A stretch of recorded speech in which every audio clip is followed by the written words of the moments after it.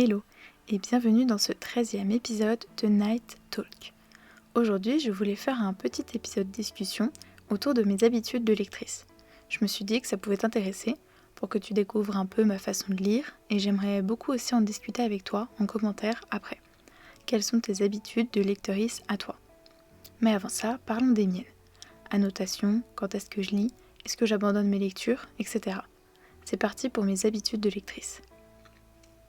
On commence déjà par parler annotation.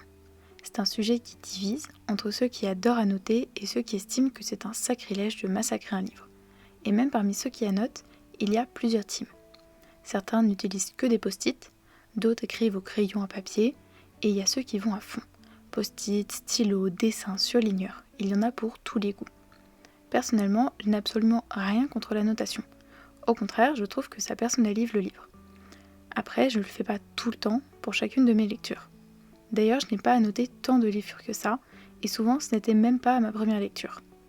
Pour te donner un exemple, un de mes romans préférés de tous les temps, c'est Le Prieuré de l'Oranger de Samantha Shannon, que j'ai lu pour la première fois en numérique. J'ai tellement aimé ce livre que j'en ai fait une relecture 1 an après, et j'en ai fait encore une autre, mais c'est pas le sujet. Lors de cette première relecture, j'ai décidé d'annoter mes passages préférés, ceux qui me faisaient ressentir le plus d'émotions, ceux qui annonçaient la suite des événements maintenant que je connaissais la fin. Bref, vraiment de laisser une trace de ce que cette histoire m'a fait ressentir, pour que je puisse retrouver ces passages marquants et relire mes annotations pendant mes futures relectures. Et donc j'ai sorti les post-it, les stylos, les feutres, les surligneurs, j'ai fait la totale parce que je voulais vraiment personnaliser le livre. J'ai fait la même chose pour La nuit où les étoiles se sont éteintes de Nin Gorman et Marie Alino, ainsi que pour la suite, Le jour où le soleil ne s'est plus levé, parce que c'est vraiment une saga que j'adore. J'ai annoté la nuit pendant mes relectures et le jour pendant ma première lecture. Mais je peux aussi parfois annoter quand je lis un thriller pour essayer de chercher des indices ou autres, surtout quand je sais que je vais vraiment adorer ma lecture. C'est ce que j'ai fait pour une trilogie de Franck Tillier avec le manuscrit inachevé, Il était 2 fois et Labyrinthe. D'ailleurs, j'ai par la suite prêté mes romans à une amie qui a dû bien rire en lisant mes théories fumeuses. Quoi qu'il en soit, même si ce n'est pas quelque chose que je fais souvent, j'aime beaucoup annoter certains livres pour en garder une trace. Et si j'ai un doute, je peux commencer à faire des annotations au crayon à papier, puis repasser ensuite avec des stylos et des surligneurs si j'ai vraiment adoré le roman. D'ailleurs, pour ce qui est du système d'annotation, j'en ai testé 2. D'abord, j'ai utilisé des post-it aux couleurs du roman, donc 1 ou 2 post-it différents, mais je n'avais pas de code couleur défini. Et l'autre méthode que j'ai testée, c'est d'avoir un code couleur, donc une couleur par thématique, que je voulais annoter. La méthode que je préfère maintenant et que j'aimerais mieux faire à l'avenir, c'est un mix entre les deux. C'est-à-dire un code couleur pour chaque thématique, mais basé sur les couleurs de la couverture. C'est la méthode que beaucoup font et je trouve ça très très beau. N'hésite pas à me dire dans les commentaires si toi tu annotes tes livres ou pas et comment. Pour faire une partie un peu plus courte, on va parler de quand est-ce que je lis. Certains ont des moments très précis dans la journée où ils lisent, d'autres lisent quand ils ont le temps un peu par-ci par-là. Moi c'est un petit mélange des deux parce que je n'ai pas vraiment de moment précis dans la journée où je lis, mais par contre généralement j'essaie quand même de lire dans les transports en commun quand je vais à la fac ou quand je rentre de la fac. Mais dans les faits je le fais pas toujours parce que des fois je suis pas motivée, j'ai pas envie ou je suis trop fatiguée. Mais généralement j'essaie de lire surtout à ces moments-là.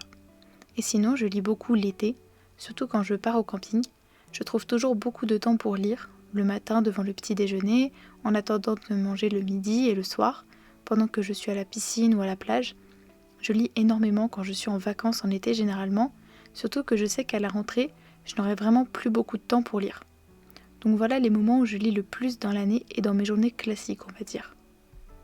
Parlons abandon lecture. Est-ce que j'abandonne facilement mes lectures ou pas ? Eh bien non. J'ai vraiment du mal à abandonner mes lectures parce que je me dis que je l'ai commencé, alors je dois le finir.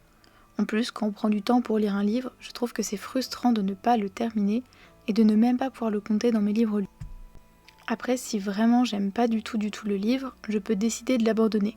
Je le fais surtout avec les lectures pour les cours, je l'avoue. J'ai beaucoup moins de scrupules à ne pas les terminer parce que j'avais déjà de base pas envie de les lire. Après, je trouve que je choisis quand même bien mes lectures de manière générale, donc c'est rare que j'aime vraiment pas ce que je lis au point d'abandonner le livre, donc c'est pour ça que j'abandonne rarement. Et toi, est-ce que tu abandonnes facilement tes lectures ou pas ? Je sais que c'est pareil, c'est un sujet qui peut faire débat entre guillemets.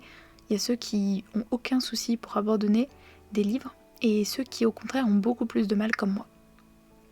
Dernier sujet concernant mes habitudes de lectrice, c'est comment est-ce que je choisis mes lectures. Alors déjà, je participe tout le temps à des challenges. Donc je fais tout le temps plein de piles à lire en rapport avec les catégories des différents challenges. J'en fais au moins un par saison. C'est très rare qu'il y ait un mois dans l'année sans challenge.